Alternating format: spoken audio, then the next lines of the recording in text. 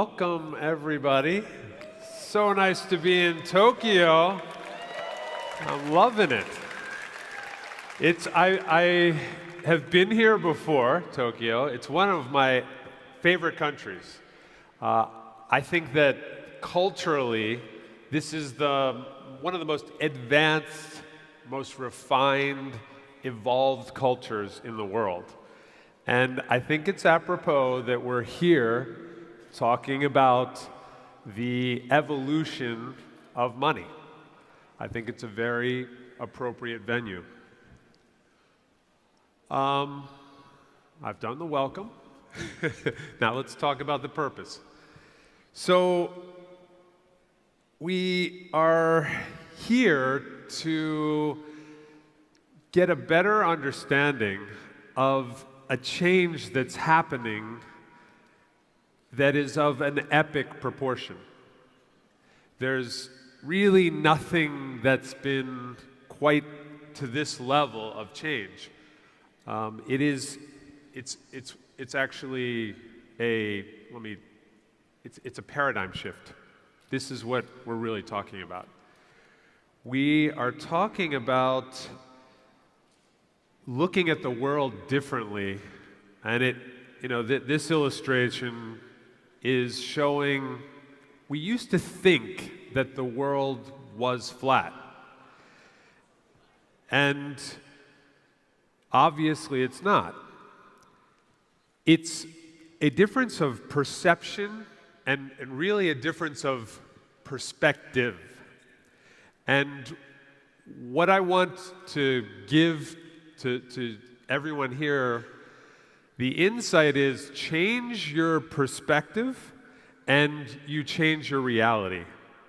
And this theme is going to come out today when we talk about cryptocurrency. So cryptocurrency, I think the name is actually not correct. Crypto, cryptic, hidden, right? Mysterious, something under something. It's not the best connotations. And I think it's kept a lot of people from really understanding what this is. So I want today to be a time where we can uncover and show what's going on with cryptocurrency. We want to uncover what's hidden. And I think we want to change the perspective on this, because what we're really talking about, the root of cryptocurrency is encryption. Encryption. So this is protecting. We live in a world where there are threats out, and we need to protect ourselves. And so we're talking about protected, more solid, protected currency. So I think that's a very important place for us to start. I had Mr. Masayoshi's son. He is a gentleman who has been very prescient about, I think he's the wealthiest man in Japan. He's been very prescient about what he sees in the market. He has I don't know if this is a good thing or a bad thing, but he lost $70 billion,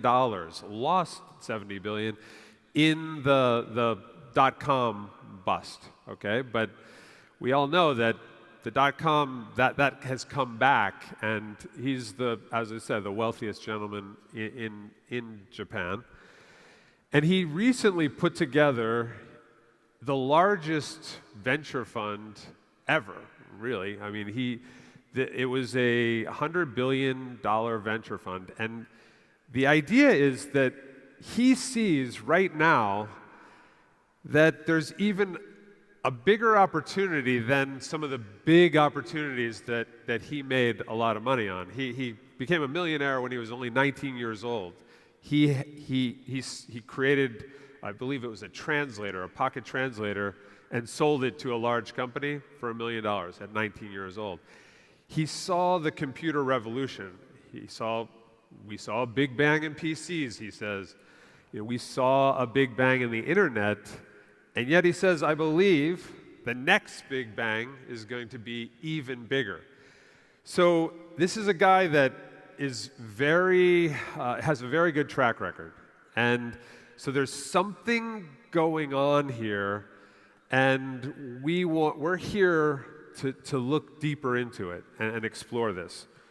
And again, it's a paradigm shift. It's really, now with paradigm shifts they come with technological advancements, technological innovations that accompanies. It's usually, think about when we were in the flat Earth realm, as the perception changed, as our perspective on the world changed, we developed technology that allowed us to circumvent it and start to explore it more. So there's innovations that come, and obviously we've seen these in our lives. Electricity, the first automobile. The first automobile, they didn't know that there was even a demand for it. They didn't know it existed.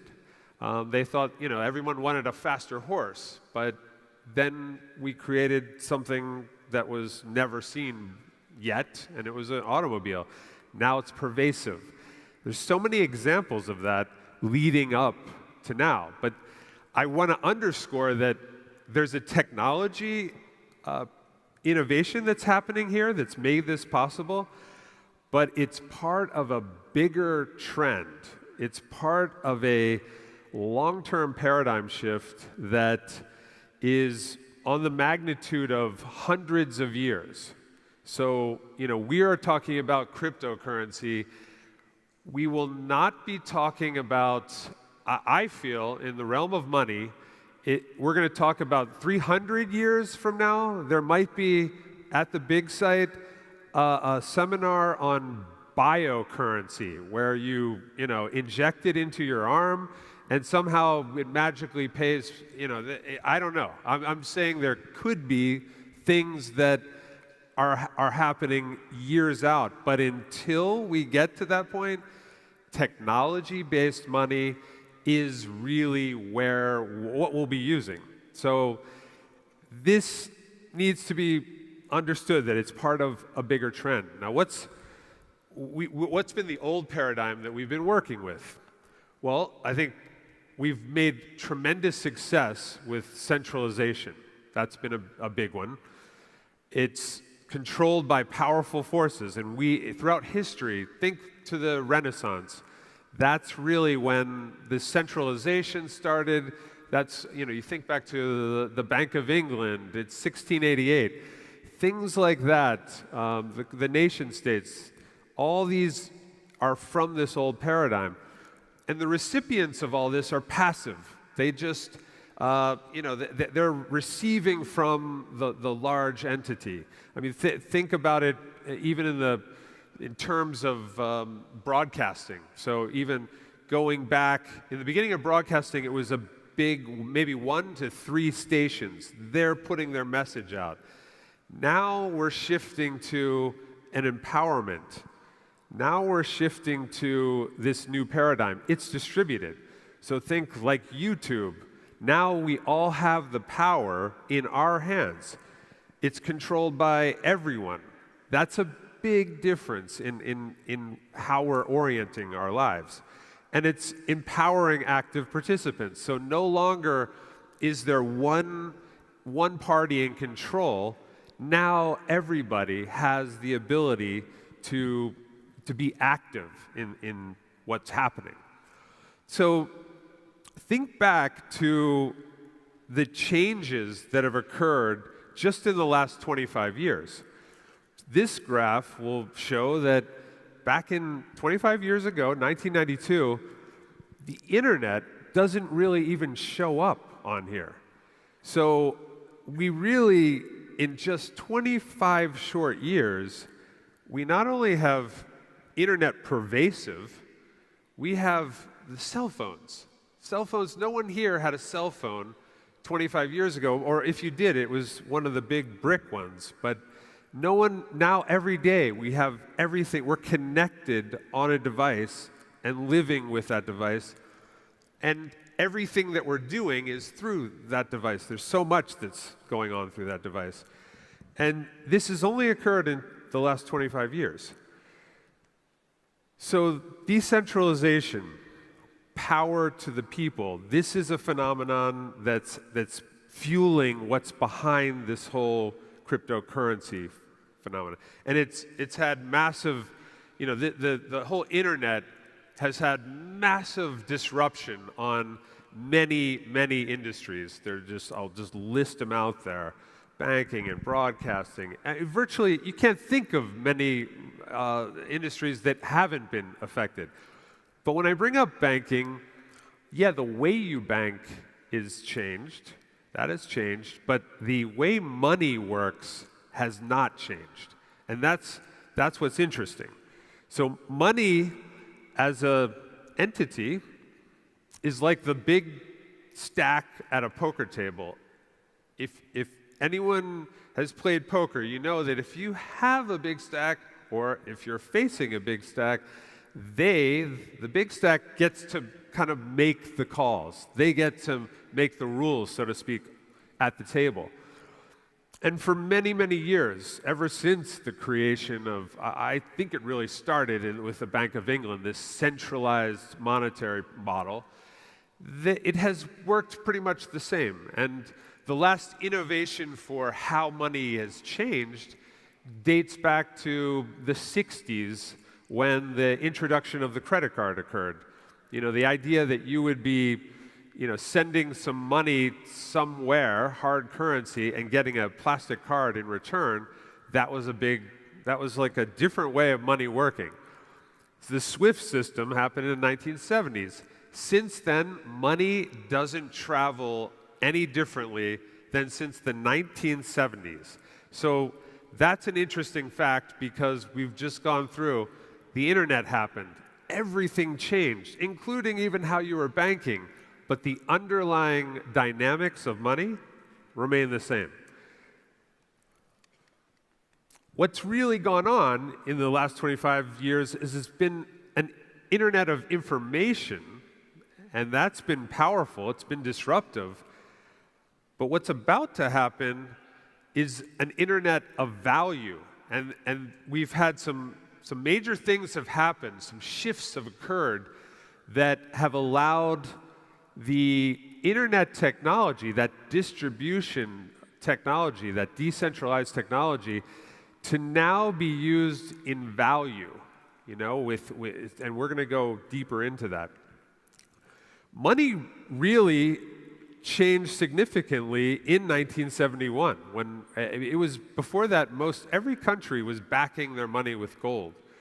But in 1971 that changed, and it started with one country in the US and it spread because this was supposed to be a very short-term thing that ended up going till today.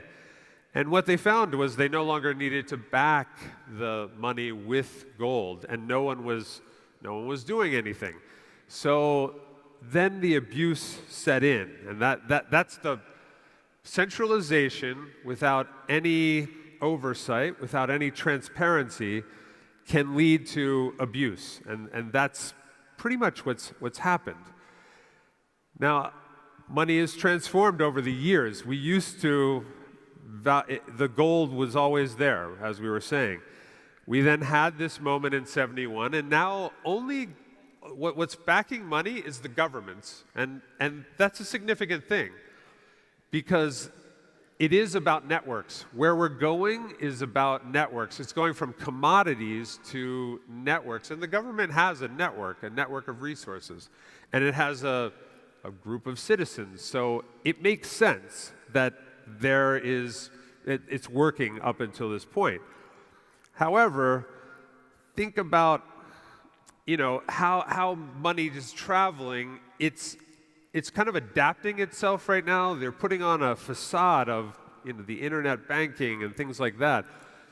But why can't you send money across the world the same way you can send email across the world? Like, that makes so much sense, but money hasn't caught up to it. Money hasn't moved off its position.